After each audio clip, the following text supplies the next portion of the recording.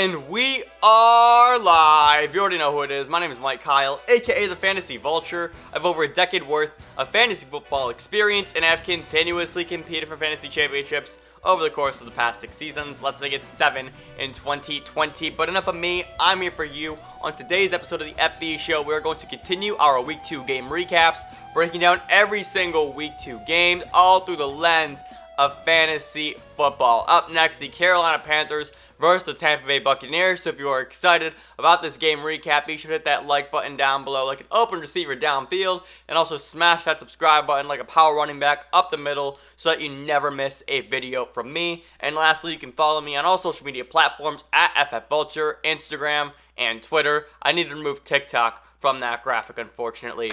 RIP. But if you guys are new around here, you guys will find out how we do highlights, and if you are already subscribed, well, you already know. So let's just jump right in, shall we? The Carolina Panthers taking on the Buccaneers in Tampa. Tom Brady's first game in Florida. Early first quarter, he's going to find Mike Evans for a strike over the middle of the field for a 50-yard catch and run. This Carolina's Panthers defense, I tried to tell you guys multiple times, they give up a lot of points to the running back, and that doesn't stop. It doesn't stop here. Ronald Jones, 7-yard touchdown run. More from the running backs in this game later on. I have some concerns about Ronald Jones now. Later on in the first, Brady, Evans again. No Chris Godwin in this game due to a concussion. Later on in the second, little flea flicker with Leonard Fournette, and Brady is going to find Justin Watson for a monster 36-yard gain. Then later on, same drive, Leonard Fournette, 1-yard touchdown run. That is now 5 touchdowns that the Carolina Panthers have given up on the ground. Later on in the third, Christian McCaffrey gets in the end zone for a 1-yard touchdown. Finally, the Panthers get on the board. Christian McCaffrey had a pretty good game, all things considered. Nothing new from him there. Then later on, Christian McCaffrey scores again, but you can see he goes down awkwardly there, stays on the ground for just a little bit, gets tripped up with that ankle, and he's going to hobble over to the sideline. And Adam Schefter just reported just about an hour ago, Christian McCaffrey is expected to be sidelined multiple weeks with an ankle injury he suffered on Sunday. We're going to see this again, and you can see it's a little, just a little toss. But what ends up happening right here, you'll see it, that ankle gets clipped by that diving linebacker, and so he tried to test it and go, he couldn't. But again, Leonard Fournette takes off to the races, a 46-yard touchdown. That's going to do it for this game. Buccaneers win 31-17. But we need to go back to Christian McCaffrey real quick. This is a monster blow to this offense. Actually, you know what? Fuck it. We're going to go over the Bucs first, then we'll talk about McCaffrey, because this is just an absolute groundbreaking development here. So Bridgewater, we'll go through this pretty quickly. Bridgewater, 33 of 42. The Bridgewater, it's here. Bridgewater season is here. 367 yards and 2 interceptions. Unfortunately, those 2 interceptions really did hurt him this game. But yo, the passing volume for Bridgewater is everything I expected it to be and more. Christian McCaffrey, 18 carries, 59 yards, and those 2 touchdowns. DJ Moore, 8 receptions, 13 targets, 120 yards, and Robby Anderson hauled in 9 of 10 targets for 109 yards. With Tom Brady and the Buccaneers, Brady, 23 of 35, 217 yards, 1 touchdown, 1 interception, and a fumble.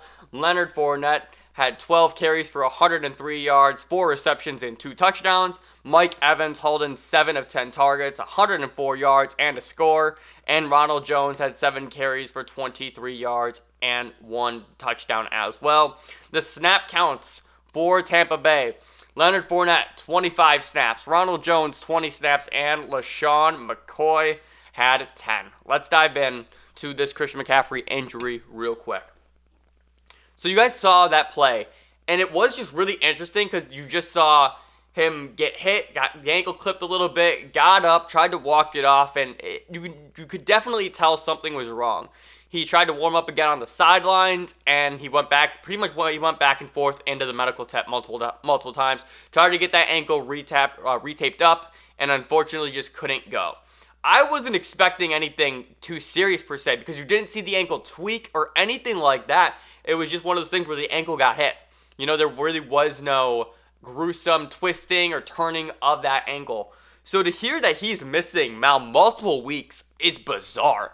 Like, what actually happened? I'm really interested to see the official diagnosis of what the injury is. But what a blow in one Sunday. You guys know all the names that were injured. But to lose the consensus top 2 picks of your fantasy draft, McCaffrey and Barkley, and in mere hours, that what a wildly fucked up Sunday week 2 was. My goodness. So what happens now with Christian McCaffrey? Well, the answer is Mike Davis. And Mike Davis caught 8 of 8 targets for 74 yards. He finished the day with 11.5 fantasy points. And look, if McCaffrey is not going to be on the field at all, you have to pick up Mike Davis.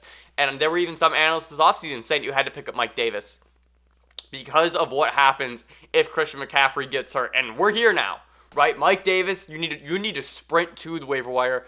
And if I had to choose between Dion Lewis, Wayne Gallman, and Mike Davis, I am putting my priority on Mike Davis. And the reason why is because with Mike Davis, you know who's going to get the work in this offense. It's going to be Mike Davis, right? They just showed it.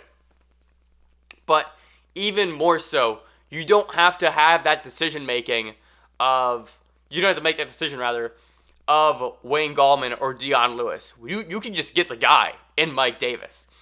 Davis spending some time in Seattle and Chicago. We know what kind of running back that he is. He's a pretty good pass catcher. And so he does kind of replicate that skill set that Christian McCaffrey has as well. Mike Davis, also a fantasy vulture. So shout the fuck out to him for that. The answer is Mike Davis. Are you comfortable starting him every single week? Not really. Probably not. I probably want to see it first for a week before I roll him out into my lineup. We don't want to have another Ty Johnson situation that we had last year in Detroit. I was part of that miss, unfortunately. So I do want to see it, but I do want to grab Mike Davis on my roster just because if it does turn out that McCaffrey is going to miss multiple weeks, Davis should be viable, especially with the way that this offense and this defense is currently trending. Moving over to the receiving options for Carolina, like this is suddenly becoming more and more clear, and I love that so much. DJ Moore, 13 targets, 8 receptions, 120 yards. We knew that DJ Moore was going to be excellent this season. DJ Moore is just an absolute yak monster. Unfortunately, he doesn't get into the end zone a lot, so that does limit his ceiling. But when you are being targeted 13 times and you're catching anywhere between 6 to 8 passes a week, and you're getting 100 receiving yards, you're going to have a pretty consistent fantasy floor every single week. But to me, the big story here is Robby Anderson or Curtis Samuel. This was the debate that people were having all offseason long, and the answer is Robby Anderson. Robby Anderson, again, 10 targets, 9 receptions for 109 yards. He unfortunately fumbled. Don't really care about that because that's not something that we can predict week in and week out. Meanwhile, Curtis Samuel had 2 targets, 2 receptions for 13 yards. Like, this is it. The answer is DJ Moore, Robby Anderson, Curtis Samuel. In that order, and honestly, Robby Anderson probably has a higher ceiling than DJ Moore off of the sole fact that Anderson can break off a 60-yard touchdown like he did in Week 1 against the Raiders. So I'm actually in the process of trying to acquire Robby Anderson in a few leagues. I'm really excited about his outlook rest of season because, again, this Panthers defense is absolutely Swiss cheese. And if that is the case, they're going to be trailing in every single game, playing from behind, and that means more passing volume for these wide receivers, and that also means that Teddy Bridgewater is going to have a consistent floor for you week in and week out. I'm really excited. This is why I love the Panthers coming into this season, because of everything that's happened so far during the course of these first 2 weeks. Now moving over to the Buccaneers. Tom Brady played much better than he did in Week 1. He did not have Chris Godwin. But the big story here for this game is the running back situation. And guys, admittedly, I don't know what the fuck to do here. I own Leonard Fournette in Dynasty. What's happening here? Holy fuck. Okay. We have breaking news. Christian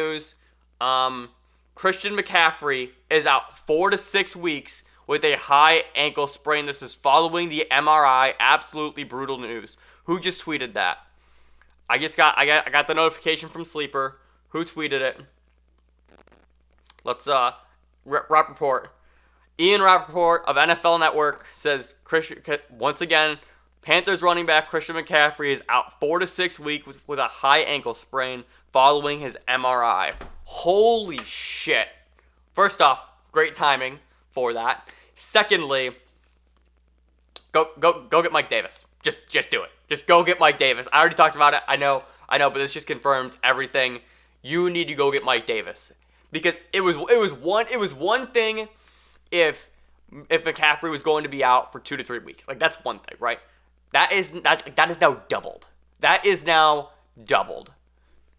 So please go get Mike Davis. He might be valuable for you actually rest of season, because we know what happened with Kamara and Barkley last year, coming off of high ankle sprains, and how their production severely plummeted once they returned from that injury. And I actually think that it's very, very likely that that's going to happen to McCaffrey as well, because of the way that he is utilized. So go get Mike Davis. Like that. This is it. PSA right here. If I could edit a big neon sign that says "Go get Mike Davis," I'd do it right now and throw that in. Just do it. You'll thank me later. All right.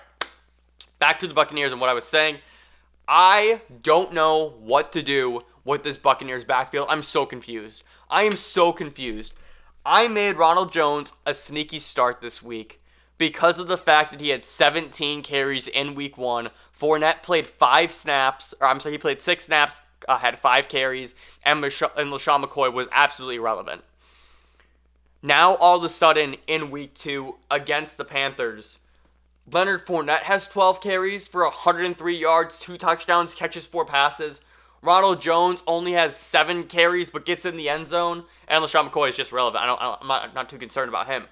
But how do you know who to start in week 3?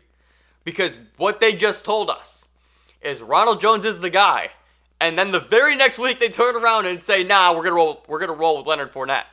And Fournette looked incredible all game. You guys saw the highlights there. He looked pretty good. So now what, right? So now what? That's the question that I have to ask myself. As I was saying, I traded for Fournette in Dynasty before he signed with the Bucs. But the same day that he signed with the Bucs, the same night, actually, I was in the middle of my draft. I drafted Ronald Jones because he was going to be the guy. And then I drafted Fournette in the 9th round when he was unsigned, because I knew he was going to be signed eventually. So I ended up accidentally having the Tampa Bay backfield, and I don't know what to do. I don't know what to do now. So here's what I'm going to say. If you want to roll the dice on Fournette or Jones in week 3, probably do it. I'm going to pull up who they play who they play in week 3. Can I really can't pull this up right now. Let's flip this up. Let's go to schedule. Alright, so they play at Denver next week. That's really important information to know offhand. And I'm obviously going to talk about this in the game preview for week 3 as well. So they play Denver in week 3. That is a bit of a tough matchup. And it's at Denver. You're probably not comfortable starting either of them in that matchup, honestly. But we'll talk more about that in just a later date. But basically, I'll use week 3 because it is a bad matchup as is. I'm probably going to use week 3 as a week where I'll sit both of them. I'll sit Ronald Jones and I'll sit Fournette. And the plan is to let it play out. I want to play out. Let me figure out who the actual guy is. Because if this is spin the wheel of Tampa Bay running backs every single week, I want no part of it. I will try and trade both of them and get a more steady asset in return for them. Mike Evans balled out this week. 10 catches for 104 yards and a touchdown. No Chris Godwin once again with that concussion. And the really disappointing game of the week was probably Scottie Miller. Right? Scottie Miller was a guy that everybody was targeting and everybody was playing in this matchup because it was such a plus matchup with this Panthers defense and with no Godwin on the field. And Scottie Miller only saw 3 targets and hauled in 2 of them for 11 yards. What can you do? I've talked about this before in the past. I don't know if I made a specific video about this, but I know I've talked about it previously. If that were to happen, if I was a Scottie Miller owner and I played him, I can't be mad.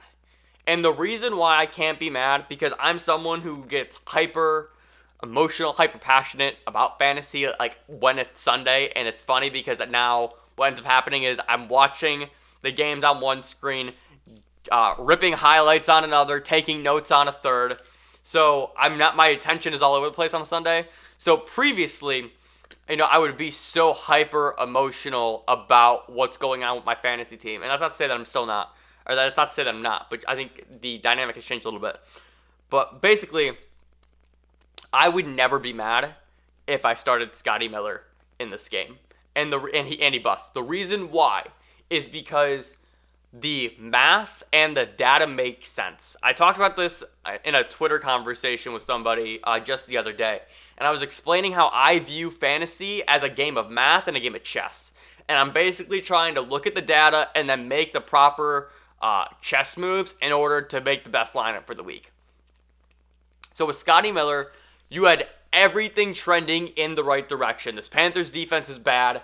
He was going to be targeted a lot. We saw what he did in week 1, and there's no Godwin in week 2. Everything just aligned for Scottie Miller to have an absolute bananas game, right? And it just didn't happen. But we trusted the math to make it work. And the math told us to play Scottie Miller, and I'm going to trust the math for fantasy pretty much 95% of the time, unless I have an absolute gut play that I feel like I need to make. So the math made sense, and unfortunately just didn't happen. But I'm probably going to make that same decision 9 out of 10 times. So you can't be mad at Scottie Miller for that. Obviously, you can be mad that he wasn't targeted or that he didn't do anything with the targets that he had.